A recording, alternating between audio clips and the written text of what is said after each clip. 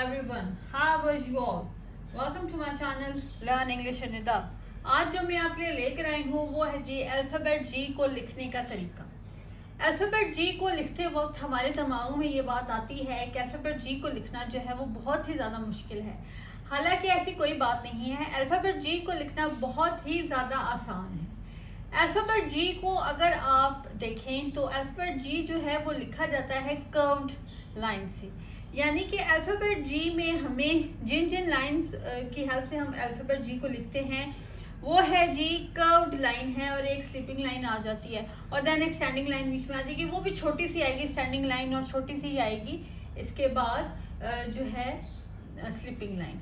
तो जो अल्फ़ाबेट जी है उसको लिखने का आसान तरीका ये है कि आप जो है बच्चे को ये बात बोलें। मैं अभी फिर आपको बात दोबारा बता रही हूँ कि चाहे आप बच्चे को नोटबुक पे लिखवाएं, 4 लाइन नोटबुक पे लिखवाएं, वर्कशीट पे लिखवाएं, या आप उसको जो है वो लिखवाएं डॉटेड बुक के ऊपर, आप सबसे पहले बच्चे को ये बताएं, ये लिखने का तरीका बताएं कि जो इंग्लिश है वो लिखी जाती है हमेशा से लेफ़्ट साइड से, और ख़त्म जो है जो पेज है, जो उसका पेज है उसमें जो इंग्लिश है वो लिखी गई है लेफ़्ट साइड से, और उसने भी लेफ़्ट साइड से ही शुरू करना है और उसको उसने राइट साइड पर ख़त्म करना है।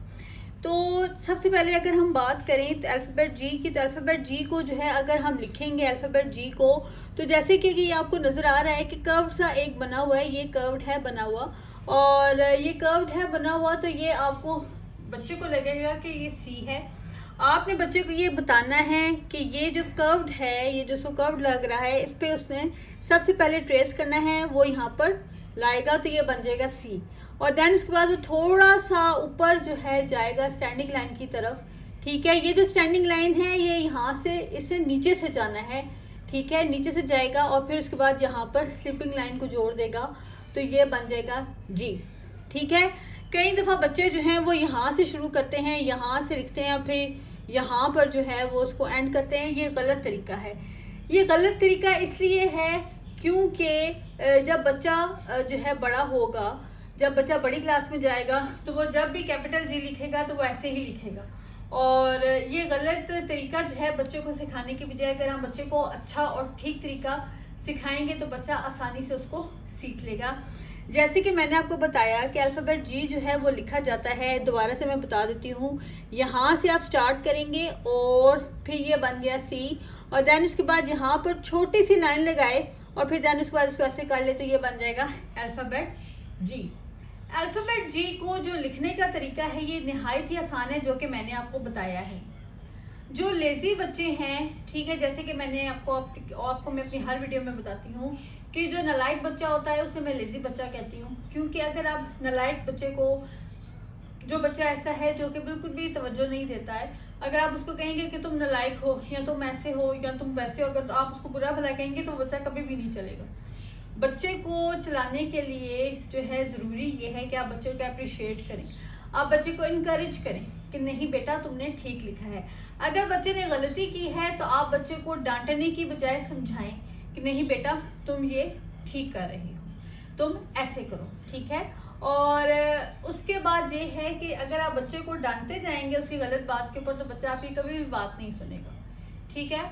और अब मैं जैसे कि आपको बता रही थी कि अल्फ़ाबेट जी को लिखने का जो तरीका है वो जैसे कि मैंने आपको भी बताया, ठीक है, वो उस तरीके से लिखें। और जब बच्चा इस फर्स्ट वर्कशीट को लिख लेगा तो उसके बाद हम चलेंगे यहाँ पर ट्रेस दी अल्फ़ाबेट जी। ये जो वर्कशीट है, ये जो मैंने वर्कशीट बनाई है, ये वर्कशीट जो है नहायत सिंपल वर्कशीट है। ये वर्कशीट इसलिए नहायत सिंपल है क्योंकि इसमें बच्चे को ट्रेसिंग लाइंस जो है वो वाज़ेह तौर पे नज़र आ रही है। जिससे पहले वर्कशीट थी उसमें बच्चे को जो है वो जो ट्रेसिंग लाइंस थी वो सही तरीके से नज़र आ रही थी, पर उसमें ये था कि मैंने उसमें बबल्स बना के बबल वर्ड्स लिख के उसके बाद मैंने उसके अंदर ट्रेसिंग लाइन डाली थी, और वो इसलिए डाली थी कि अगर बच्चा उसको ट्रेस करने के बाद, ट्रेस लाइन करने के बाद जब जी को वो ट्रेस कर ले तो उसमें कलर भी कर सकता है।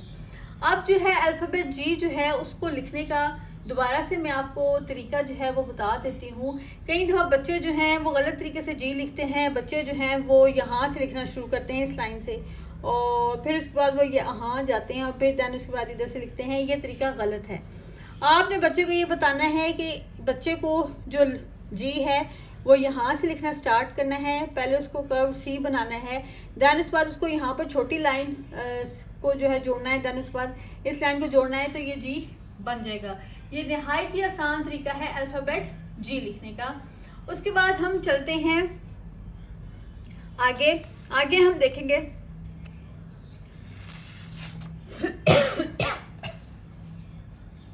आगे जो है कलर ऑल द जी है, ये एक्टिविटी है और ये मैं एक्टिविटीज इसलिए छोटी छोटी डालती हूँ ताकि बच्चा जो है वो जब भी काम करे तो वो उसको एक फन के तौर पर करे, मज़ा लेकर करे। और जब बच्चे मज़ा लेकर काम करते हैं तो बच्चे उस चीज़ को बहुत जल्दी पिक करते हैं, बहुत जल्दी सीखते हैं। मैं ये जो एक्टिविटीज़ हैं यानी कि कभी कलर्स करने के लिए कह देती हूँ किसी अल्फ़ाबेट में, या कभी किसी अल्फ़ाबेट को ढूंढने के लिए कह देती हूँ, या कहती हूँ कि जी इस पर तुम कलर करो, तो उसका फ़ायदा ये होता है कि बच्चा जो होता है वो इससे जो है बहुत ही मज़ा ले लेकर करता है, क्योंकि बच्चे को कलरिंग जो है वो पसंद होती है।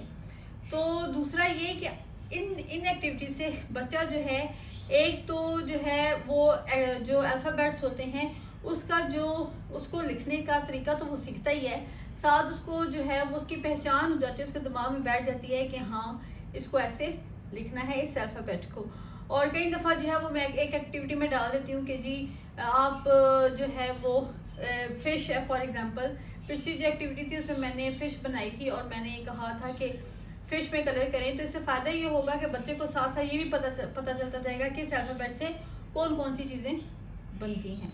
मैं उम्मीद करती हूँ कि ये जो मैं आपके लिए वीडियोस लेके आ रही हूँ ये आपके लिए बहुत ही ज़्यादा हेल्पफुल साबित होंगी और आप मेरे चैनल लर्न इंग्लिश को ना सिर्फ लाइक करेंगे, सब्सक्राइब करेंगे बल्कि शेयर भी करेंगे। Thank you so much.